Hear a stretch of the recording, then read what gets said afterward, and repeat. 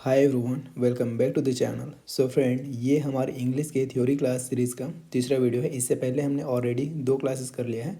अगर आपने अभी तक उन दोनों क्लासेस को नहीं देखा है तो यहाँ ऊपर आई बटन में आपको उन दोनों क्लासेस के प्लेलिस्ट का लिंक मिल जाएगा, क्लिक करके देख सकते हैं। साथ ही साथ वीडियो के डिस्क्रिप्शन में भी दोनों वीडियोज़ का लिंक आपको मिल जाएगा। उन दोनों क्लासेस को भी एक बार ज़रूर देखिए। चलिए आज की क्लास को शुरू करते हैं, जिसमें हम देखने वाले हैं प्रिंसिपल ऑफ लैंग्वेज टीचिंग, भाषा शिक्षण के सिद्धांत। अब इसमें कुछ चीज़ें हैं जो आपको पता होना चाहिए। Listening, speaking, reading and writing are involved in learning a language. भाषा शिक्षण में सुनना, बोलना, पढ़ना और लिखना ये शामिल होता है। They are based on following well defined principle. ये निम्नलिखित सुपरिभाषित सिद्धांतों पर आधारित हैं। कौन कौन सा सिद्धांत तो नीचे दिया गया है। चलिए देखते हैं। कुछ की प्रिंसिपल हैं जिसे आपको पढ़ना है, जिसे आपको समझना है। जिसमें पहला क्या है तो नेचुरल ऑर्डर ऑफ लर्निंग, सीखने का प्राकृतिक क्रम। ये क्रम आपको पता होना चाहिए। 2019 का जो शिक्षक भर्ती का एग्ज़ाम हुआ था असिस्टेंट टीचर का, तो उसमें ये जो सीक्वेंस है, जो इसका नेचुरल ऑर्डर है, इसी को 3 बार पूछा गया है। एक ही रिक्रूटमेंट एग्ज़ाम में ये 3 बार आया हुआ सवाल है, तो इसे आपको ध्यान से समझना है। सारा खेल इसी का है। इंग्लिश लैंग्वेज पेडागोजी की अगर हम बात करें तो ये listening, speaking, reading, writing is the natural order of learning a language, इसी के आसपास घूमता है पूरा लैंग्वेज पेडागोजी। स्पेशली अगर हम बात करें इंग्लिश का, तो उसे समझने से पहले आपको ये क्रम पता होना चाहिए। इसे आप शॉर्ट फॉर्म में याद रख सकते हैं। इसका शॉर्ट फॉर्म क्या होगा तो चलिए मैं यहाँ पे लिख देता हूँ। इसका शॉर्ट फॉर्म होता है LSRW। इसे आप इस निमोनिक से याद रख सकते हैं, जिसमें पहला L का मतलब क्या होगा तो पहला L का मतलब होगा यहाँ पे लिसनिंग, दूसरा S का मतलब होगा स्पीकिंग, और तीसरा जो R है उसका मतलब होगा रीडिंग, और चौथा जो W दिख रहा है उसका मतलब होगा राइटिंग। LSRW से आप याद रख सकते हैं लिसनिंग, स्पीकिंग, रीडिंग, राइटिंग। देखिए, कोई भी बच्चा जब जन्म लेता है तो वो पढ़ना तो जानता नहीं है, लिखना भी नहीं जानता है, ना बोलना जानता है। वो पहले सुनता है चीज़ों को, फिर धीरे धीरे बोलना सीखता है, फिर पढ़ना सीखता है, फिर लिखना सीखता है। आप इसे कॉमन सेंस के बेसिस पर भी याद रख सकते हैं। क्लियर है? तो आपको ये क्रम पता होना चाहिए। Listening, speaking, reading and writing is the natural order of learning a language. सुनना, बोलना, पढ़ना, लिखना किसी भाषा को सीखने का प्राकृतिक क्रम है, नेचुरल ऑर्डर है। कैसा ऑर्डर है तो नेचुरल ऑर्डर है, प्राकृतिक क्रम है। इसे आप लोग याद रखेंगे, क्वेश्चन ऐसा बनता है। उसके बाद दूसरा पॉइंट है, in this order a child learns his or her mother tongue without any formal instruction. इस क्रम में एक बच्चा बिना किसी औपचारिक निर्देश के अपनी मातृभाषा, अपनी मदर टंग को सीखता है। किसे सीखता है तो मदर टंग को सीखता है, वो भी विदाउट एनी फॉर्मल इंस्ट्रक्शन, बिना कोई औपचारिक निर्देश के। उसके बाद अगला पॉइंट है इसमें, so this natural order of learning should be considered while teaching English. कहने का मतलब क्या हुआ, इसीलिए अंग्रेजी पढ़ाते समय सीखने के इस प्राकृतिक क्रम पर विचार किया जाना चाहिए। किस क्रम पर तो इस प्राकृतिक क्रम पर जो आपके सामने यहाँ पे लिखा गया है LSRW, listening, speaking, reading, writing. इसे आप लोग हिंदी में भी याद रखेंगे। इसका हिंदी निमोनिक भी यहाँ पे लिख देता हूँ। इसे आप लोग सुबोपली से याद रख सकते हैं।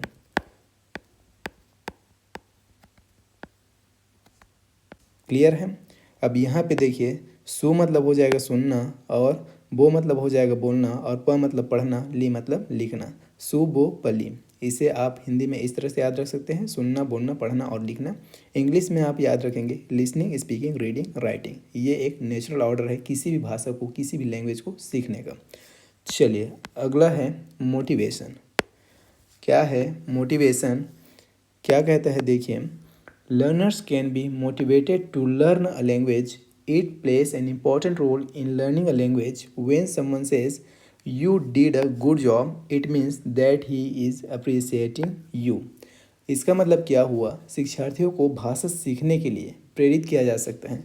यह किसी भी भाषा को सीखने में एक महत्वपूर्ण भूमिका निभाता है, इम्पॉर्टेंट रोल प्ले करता है। कैसा रोल प्ले करता है तो एक इम्पॉर्टेंट रोल प्ले करता है। When someone says you did a good job, जब कोई कहता है कि तुमने अच्छा काम किया है, इसका मतलब क्या है? तो इसका मतलब है it means that he is appreciating you. इसका मतलब ये है कि वह आपको क्या कर रहा है, आपकी सराहना कर रहा है, आपको अप्रिसिएट कर रहा है। फिर अगला है इसमें इंटरेस्ट, रुचि। The teacher should generate a great deal of energy and interest among learners so they may pay attention to learning a language. इसका मतलब क्या हुआ? देखिए, शिक्षक को शिक्षार्थियों में बहुत अधिक ऊर्जा और रुचि, क्या चीज़? Energy and interest. कहने का मतलब ऊर्जा और रुचि उत्पन्न करनी चाहिए ताकि वे किसी भाषा को सीखने पर ध्यान दे सकें। क्या कर सकें? पे अटेंशन, मतलब अपना ध्यान दे सकें। उसके बाद अगला देखते हैं, थ्योरी ऑफ हैबिट फॉर्मेशन, आदत निर्माण का सिद्धांत। अब ये क्या है? Language learning according to Palmer, किसके अनुसार? According to Palmer is essentially a habit forming process, a process during which we acquire new habits. इसका मतलब क्या हुआ? आदत निर्माण का सिद्धांत पामर के अनुसार। किसके अनुसार? ये बात किसके अनुसार चल रहा है? तो पामर के अनुसार क्या है? भाषा सीखना अनिवार्य रूप से एक आदत बनाने की प्रक्रिया है। हैबिट फॉर्मिंग प्रोसेस क्या है? एक आदत बनाने की प्रक्रिया है। हैबिट फॉर्मिंग प्रोसेस है a process during which we acquire new habit. अब ये क्या है? एक ऐसी प्रक्रिया जिसके दौरान हम नई आदतें हासिल करते हैं। वी एक्वायर न्यू हैबिट, इसका मतलब क्या हुआ? हम नई आदतें हासिल करते हैं। उसके बाद अगला पॉइंट है इसी में, a teacher can make a language pattern into a habit through intensive pattern practice in a variety of situation. इसका मतलब क्या हुआ? एक शिक्षक विभिन्न परिस्थितियों में, कैसी परिस्थितियों में? तो विभिन्न परिस्थितियों में, वैरायटी ऑफ सिचुएशंस, गहन पैटर्न अभ्यास, इंटेंसिव पैटर्न प्रैक्टिस मतलब गहन पैटर्न अभ्यास के माध्यम से एक भाषा पैटर्न को आदत, हैबिट बना सकता है। क्या बना सकता है? हैबिट बना सकता है। ये तो एक सिद्धांत है किसका? हैबिट फॉर्मेशन का, आदत निर्माण का सिद्धांत। अगला है थ्योरी ऑफ एक्सरसाइज, अभ्यास का सिद्धांत, प्रैक्टिस एंड ड्रिल। इससे आप क्या बोल सकते हैं? Theory of practice and drill. अब इसके अनुसार क्या बात है उसको समझिए।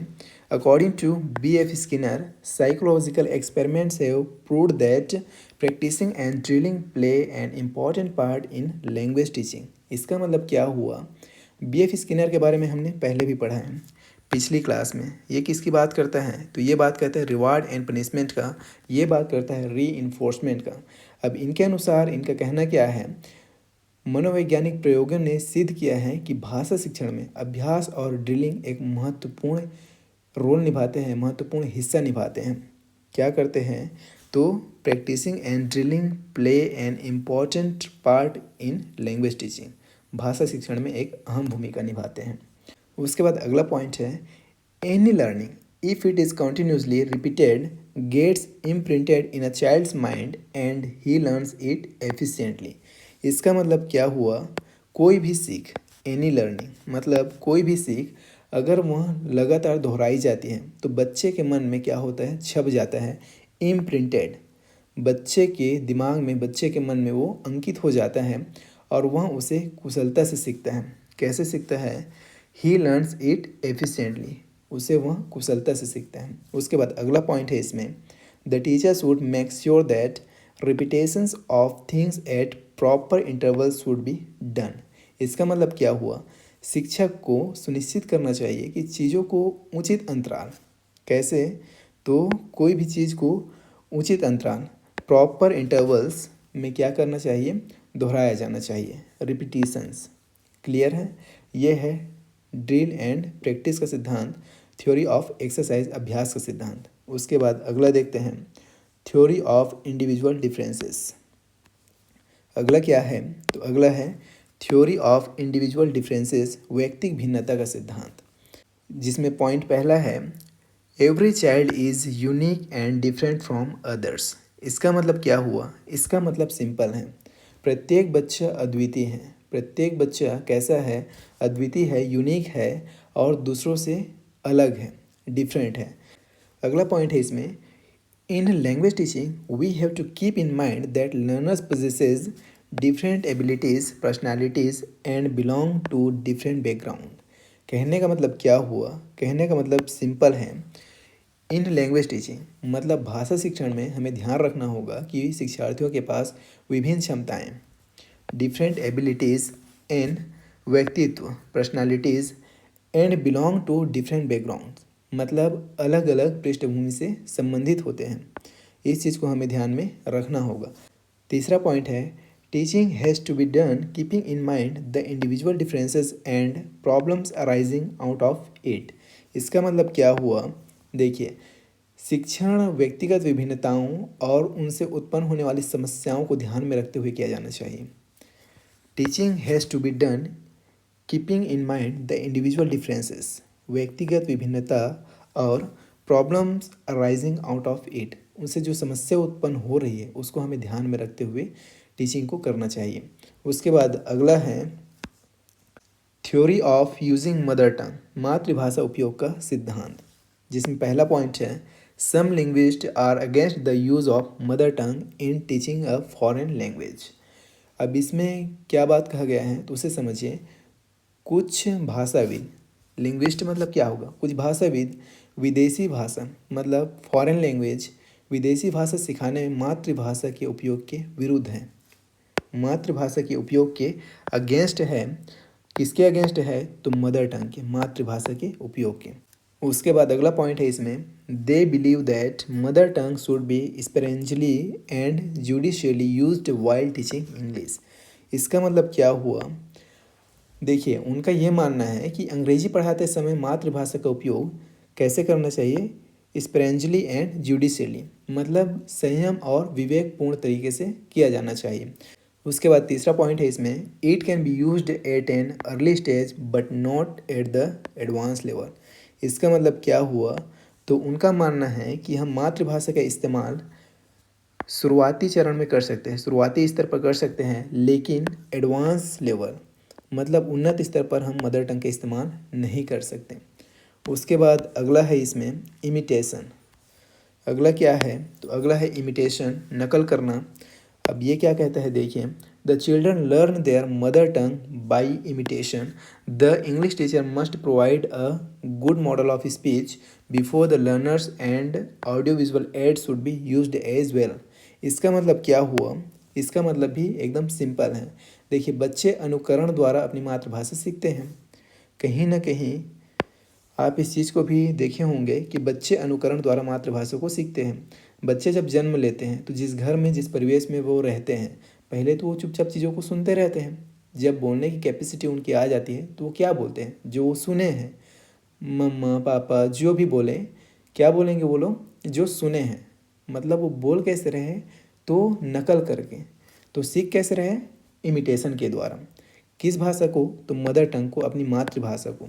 उसके बाद अगला इसमें क्या कहते हैं the English teacher must provide a good model of speech before the learners and audio visual aid should be used as well. इसका मतलब क्या हुआ? अंग्रेजी शिक्षक को शिक्षार्थियों के सामने भाषण का एक अच्छा मॉडल प्रदान करना चाहिए और दृश्य श्रव्य सहायक सामग्री का भी उपयोग किया जाना चाहिए। उसके बाद अगला है इसमें को रिलेशन, सहसंबंध। देखिए क्या कहते हैं, unless teaching and learning of English becomes correlated with practical life learners will not realise the need of language learning and will not take interest in it. अब इसका मतलब क्या है? तो इसका मतलब बेहद सिंपल और प्रैक्टिकल है।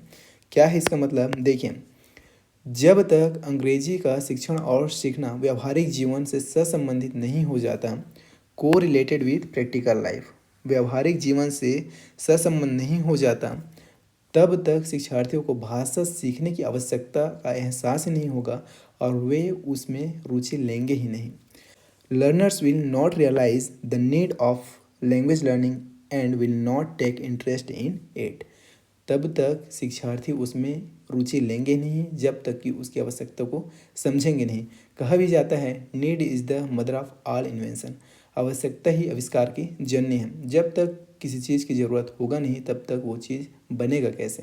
अगर हम बच्चे को लैंग्वेज सिखा रहे हैं, स्पेशली अगर इंग्लिश लैंग्वेज की बात करें, तो उसके जीवन से हमें जोड़ना होगा। इंग्लिश का प्रयोग उसके लाइफ में होना चाहिए, चाहे वो बोलचाल में यूज़ करें या फिर जैसे भी हैं। जब तक उसको इसका आवश्यकता का एहसास नहीं होगा तब तक इसको सीखने में इंटरेस्ट लेंगे ही नहीं। चलिए आगे देखते हैं। Accuracy, विशुद्धता। The English teachers should make accuracy while speaking, teaching, and writing English language so that learners should follow their teacher and consider him as a role model. इसका मतलब क्या हुआ? इसका मतलब भी बेहद सिंपल है। क्या हुआ इसका मतलब? देखिए, अंग्रेजी शिक्षक को अंग्रेजी भाषा बोलने, पढ़ाने और लिखने में एक्यूरेसी रखना चाहिए, विशुद्धता रखना चाहिए। Speaking, teaching and writing English language so that learners should follow their teacher and consider him as a role model, ताकि शिक्षार्थी अपने शिक्षक का अनुसरण कर सके और उन्हें आदर्श माने। देखिए, इसे आप एक बेहद इजी एग्जांपल से समझिए। इंग्लिश का एक शब्द होता है, अब इसे अगर टीचर ही बिकॉज बोलेगा तो बच्चा क्या सीखेगा? बच्चा भी तो इसे बिकॉज ही पढ़ेगा। एक्चुअल प्रोनाउंसिएशन इसका होता क्या है? बिकॉज। जब तक आप इसका उच्चारण सही करेंगे नहीं, जब तक आप इसे सही लिखेंगे नहीं, बच्चा कैसे सही उच्चारण करेगा? बच्चा कैसे सही लिखेगा? तो इसका मतलब ये हुआ कि टीचर को एक्यूरेसी मेंटेन करना चाहिए ताकि बच्चे उन्हें रोल मॉडल समझे और उनका अनुसरण करके चीज़ों को सीख सकें। तो ये बेहद ज़रूरी हो जाता है कि आपको एक्यूरेसी मेंटेन करते हुए चलना है, आपको एक्यूरेटली बच्चों को सिखाना है। प्रोनाउंसिएशन एक्यूरेट होना चाहिए, राइटिंग एक्यूरेट होना चाहिए और जो आप पढ़ा रहे हैं वो भी एक्यूरेट होना चाहिए। उसके बाद अगला है पर्पस, उद्देश्य। There should be a definite purpose of learning a language so that learning may be easy and suitable. इसका मतलब क्या हुआ? उद्देश्य होना चाहिए। इसका मतलब क्या हुआ? लैंग्वेज टीचिंग का, भाषा शिक्षण का उद्देश्य होना चाहिए। किसी भी भाषा को सीखने का एक निश्चित उद्देश्य होना चाहिए ताकि सीखना आसान और उपयुक्त हो सके। कैसे हो सके? तो ईजी एंड सुटेबल। ये कैसे होगा? तो डिफाइनाइट पर्पस, एक निश्चित उद्देश्य होना चाहिए, तब तो आप उस भाषा को अच्छे से सिखा पाएंगे और बच्चे उसे आसानी से सीख सकेंगे। उसके बाद आगे देखते हैं। अगला सिद्धांत है ए कस्टम विथ लैंग्वेज, भाषा का आदत बनाना। When English is being learned, it should be accustomed with learning so that listening, speaking, reading and writing habits are to be formed consciously and unconsciously. इसका मतलब भी बेहद इजी है। इसका मतलब क्या हुआ? भाषा का आदत बनाना, ए कस्टम विथ लैंग्वेज। जब अंग्रेज़ी सीखी जा रही हो तो इसे सीखने के साथ अभ्यस्त किया जाना चाहिए ताकि सुनने, बोलने, पढ़ने और लिखने की आदतें किसकी? तो listening, speaking, reading and writing habits, मतलब सुनने, बोलने, पढ़ने और लिखने की आदतें सचेत और अचेत रूप से बने। कैसे बने? ये जो हैबिट बनेगा वो कैसे बने? Consciously and unconsciously. तब आप इन चीज़ों को और बेहतर तरीके से सिखा पाएंगे, बच्चे इन चीज़ों को आसानी से सीख पाएंगे। उसके बाद अगला है इसमें ओरल अप्रोच, मौखिक दृष्टिकोण। The oral approach is situational language teaching is based on a structural view of language, speech structures and a focus on a set of basic vocabulary items are seen as the basis of language teaching. इसका मतलब क्या हुआ? देखिए, oral approach क्या है? मौखिक दृष्टिकोण की अगर हम बात करें तो मौखिक दृष्टिकोण या स्थितिजन्य भाषा शिक्षण, सिचुएशनल लैंग्वेज टीचिंग। क्या कहा गया है यहाँ पे इसको? Situational language teaching. तो ये क्या है? भाषा के संरचनात्मक दृष्टिकोण, स्ट्रक्चरल व्यू ऑफ लैंग्वेज। भाषा के संरचनात्मक दृष्टिकोण, स्ट्रक्चरल व्यू ऑफ लैंग्वेज। तो ये स्पीच स्ट्रक्चर्स मतलब भाषण संरचनाओं and a focus on a set of basic vocabulary, मतलब भाषण संरचनाओं और बुनियादी शब्दावली के समूह पर ध्यान केंद्रित करना और भाषा शिक्षण का आधार माना जाता है। तो ये चीज़ भी एक पॉइंट है लैंग्वेज टीचिंग का जिसे आपको समझना है। उसके बाद आगे चलते हैं। Theory of ratio and series, अनुपात व क्रम का सिद्धांत। पहला पॉइंट है इसमें any language has certain basic skills, listening, speaking, reading and writing. इसका मतलब क्या हुआ? किसी भी भाषा में कुछ बुनियादी कौशल होते हैं। वो कौशल कौन से होते हैं? तो हमने इसके बारे में पढ़ लिया है, सुनना, बोलना और पढ़ना, लिखना। कौन सा कौशल होता है? तो 4 भाषाई कौशल होता है, सुनना, बोलना, पढ़ना और लिखना। अगला पॉइंट इसमें क्या कहता है उसको देखिए। Teaching should be done so that child is able to learn all skills and all this skills are correlated. इसका मतलब क्या हुआ, शिक्षण इस प्रकार किया जाना चाहिए कि बच्चा सभी कौशल सीखने में सक्षम हो। लर्न ऑल स्किल, सभी कौशल सीखने में सक्षम हो, और साथ ही साथ ये सभी कौशल कैसे हो, सहसंबंधित हो, को रिलेटेड हो। उसके बाद अगला पॉइंट इसमें क्या कहता है उसको पढ़िए। Deficiency in any one area will certainly create difficulties in learning a language.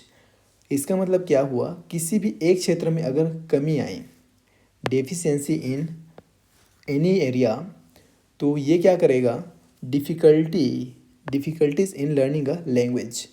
किसी भी एक क्षेत्र में कमी आई, डेफिशिएंसी आई, तो निश्चित रूप से यह भाषा सीखने में कठिनाइयाँ पैदा करेगा। उसके बाद अगला पॉइंट है इसमें, the correct sequence of teaching this skill is listening, speaking, reading and writing. अब देखिए इसका क्रम आपको यहाँ पे बताया गया है, जिसके बारे में हमने आपको पहले भी बता दिया था। क्या कहा गया है, इन कौशलों को सिखाने का सही क्रम कौन सा है, तो इन कौशलों को सिखाने का सही क्रम ये है, listening, speaking, reading and writing. कुल मिला के बात किसका चल रहा है, तो LSR और W, listening, speaking, reading and writing. ये क्रम आप याद रखेंगे। ये कैसा क्रम है, तो ये एक नेचुरल ऑर्डर है, natural order to learn a language. कई बार ये क्वेश्चन पूछा जा चुका है, लगभग सभी टीचिंग एग्जाम्स में यहाँ से सवाल आता ही है, और इसी चीज़ को पूछा जाता है, इस क्रम को पूछा जाता है, तो इसे आप लोग याद रखेंगे, ये बेहद इंपॉर्टेंट है। चलिए आगे देखते हैं, theory of child centred learning. अगला है theory of child centred learning, बाल केंद्रिता का सिद्धांत। ये क्या कहता है, efforts would be made to have a student centred class as far as possible. इसका मतलब क्या है, जहाँ तक संभव हो छात्र केंद्रित कक्षा बनाने का प्रयास किया जाना चाहिए। कैसी कक्षा, स्टूडेंट सेंटर्ड क्लास, छात्र केंद्रित कक्षा बनाने का प्रयास किया जाना चाहिए। अगला पॉइंट है इसमें, the teacher's focus should be on the child and teaching should be done keeping in mind the child's need. इसका मतलब क्या हुआ, शिक्षक का ध्यान बच्चे पर होना चाहिए और शिक्षण बच्चे की आवश्यकताओं, चाइल्ड्स नीड को ध्यान में रखते हुए किया जाना चाहिए। साफ साफ क्या लिखा है देखिए, the teacher's focuses should be on the child, बच्चे पर टीचर का ध्यान होना चाहिए, और teaching should be done keeping in mind the child's need, बच्चे की आवश्यकताओं को ध्यान में रखते हुए शिक्षण होना चाहिए। ऐसा कौन कहता है, तो ऐसा कहता है बाल केंद्रिता का सिद्धांत। उसके बाद अगला है सिलेक्शन एंड ग्रेडेशन, चयन और उन्नयन। ये क्या है, इसके बारे में समझिए चीज़ों को। देखिए कुछ पॉइंट्स दिए गए हैं इनसे रिलेटेड, इसको पढ़िए। One should proceed from simple too difficult in language learning. कहने का मतलब क्या है, भाषा सीखने में सरल से कठिन की ओर बढ़ना चाहिए। कैसे बढ़ना चाहिए, तो सिंपल टू डिफ़िकल्ट, सरल से कठिन की ओर बढ़ना चाहिए। उसके बाद अगला है vocabulary and structures of language should be selected and graded as per its frequency, teachability and difficulty level. इसका मतलब क्या हुआ, मार्क कर देता हूँ। देखिए, भाषा की शब्दावली और संरचनाओं का चयन, vocabulary and structures of language, भाषा की शब्दावली और संरचनाओं का चयन और उन्नयन, सिलेक्टेड एंड ग्रेडेड कैसे होना चाहिए, तो आवृत्ति, फ्रीक्वेंसी और टीचेबिलिटी मतलब शिक्षणीयता, और डिफ़िकल्टी लेवल मतलब कठिनाई के स्तर के अनुरूप होना चाहिए, इसके अनुसार किया जाना चाहिए। फिर है एडिशनल कॉन्सेप्ट्स, अतिरिक्त अवधारणाएँ। ये बेहद इंपॉर्टेंट है, इसे आप लोग याद रखेंगे।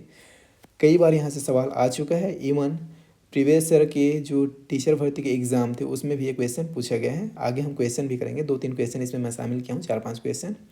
देखिए ये क्या कहता है, language is ordered into 5 system of rules, phonology, morphology, syntax, semantics and pragmatics. इसका मतलब क्या हुआ, भाषा नियमों की 5 प्रणालियों में व्यवस्थित है। कौन कौन सी 5 प्रणालियाँ, तो पहला है फोनोलॉजी, जिसका मतलब होता है ध्वनि विज्ञान। दूसरा है मॉर्फोलॉजी, जिसका मतलब होता है रूप विज्ञान। तीसरा है सिंटेक्स, इसका मतलब होता है वाक्य विन्यास। उसके बाद अगला है सिमेंटिक्स, इसका मतलब होता है अर्थ विज्ञान। और है प्रैग्मेटिक्स, इसका मतलब होता है उपयोगिता विज्ञान। उसके बाद देखिए इसमें अगला पॉइंट है children use language as a tool, मतलब बच्चे भाषा का उपयोग एक उपकरण के रूप में करते हैं। कैसे? तो आगे कुछ पॉइंट्स दिया है, उसको पढ़ेंगे तो क्लियर हो जाएगा। देखिए पॉइंट क्या है, to communicate and they store information. इसका मतलब क्या हुआ, तो संचार करने के लिए, कम्युनिकेट करने के लिए और साथ ही साथ जानकारी संग्रहित करने के लिए, स्टोर इन्फॉर्मेशन करने के लिए इसका इस्तेमाल करते हैं। इसको मार्क कर देता हूँ, to communicate and they store information, मतलब जानकारी को एकत्र करने के लिए। उसके बाद अगला पॉइंट है इसमें, to maintain their relation with the society. इसका मतलब क्या हुआ, समाज के साथ अपने संबंध बनाए रखने के लिए। इसको भी अंडरलाइन कर देता हूँ, रिलेशन विद द सोसाइटी मतलब समाज के साथ संबंध बनाए रखने के लिए। उसके बाद अगला पॉइंट है, to understand apply the words and sentences and generate new ideas. और किस चीज़ के लिए इस्तेमाल करते हैं, तो शब्दों और वाक्यों को समझने, लागू करने और नए विचार उत्पन्न करने के लिए। क्या करने के लिए, तो apply the words and sentences and generate new ideas, नए विचारों को उत्पन्न करने के लिए। क्लियर है? तो इस तरह से हमने भाषा शिक्षण के जो प्रमुख सिद्धांत है, सभी सिद्धांतों को अच्छे से समझा है। आपके एग्ज़ाम में यहाँ से अगर क्वेश्चन आता है तो जो भी हमने आपको इस क्लास में बताया है वहीं से आएगा। अगर आपने क्लास को यहाँ तक देखा है देन डेफिनेटली यहाँ से बनने वाले सवाल को आप एग्ज़ाम में सॉल्व करेंगे। चलिए आगे कुछ क्वेश्चन हमने यहाँ पर शामिल किया है जिसे देख लेते हैं। प्रीवियस ईयर क्वेश्चन है ये, जिसमें पहला क्वेश्चन है, which of the following is not a rule of language. निम्नलिखित में से कौन सा भाषा का नियम नहीं है। 4 ऑप्शन आपको दिए गए हैं, फोनोलॉजी, मॉर्फोलॉजी, सिमेंटिक्स, फॉर्मलिज्म। तो इसको तो हमने अभी कुछ देर पहले ही पढ़ा है, चलिए मैं आपको दिखा देता हूँ। इसको हमने अभी जस्ट यहाँ पे पढ़ा है। हमने यहाँ पे पढ़ा है, देखिए, फोनोलॉजी, मॉर्फोलॉजी, सिंटेक्स, सिमेंटिक्स और प्रेगमेटिक्स। ये पांचों में से जो जो उसमें है वो ओके है, और जो इसके अलावा है वहीं उसका आंसर होगा, वो इनकरेक्ट है और पूछा ही नॉट है। देखिए फोनोलॉजी ये तो है लिस्ट में, मॉर्फोलॉजी ये भी लिस्ट में है, सिमेंटिक्स ये भी लिस्ट में है, लेकिन कहीं भी हमने फॉर्मलिज्म नहीं पढ़ा है। क्लियर है? तो फॉर्मलिज्म ही इसका राइट आंसर हो जाएगा। देख रहे हो सवाल ऐसे आते हैं। और ये क्वेश्चन कब आया था, तो सीजी व्यापम टेट 2017, मतलब सीजी व्यापम द्वारा सीजी टेट का जो एग्ज़ाम हुआ था 2017 में, उसके पेपर 2 में ये सवाल आया हुआ था।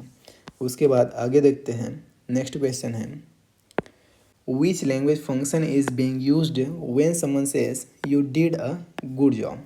यहाँ पे सवाल क्या है, जब कोई कहता है आपने अच्छा काम किया है, तो कौन सा भाषा कार्य लैंग्वेज फंक्शन उपयोग किया जा रहा है, ये आपसे पूछा गया है।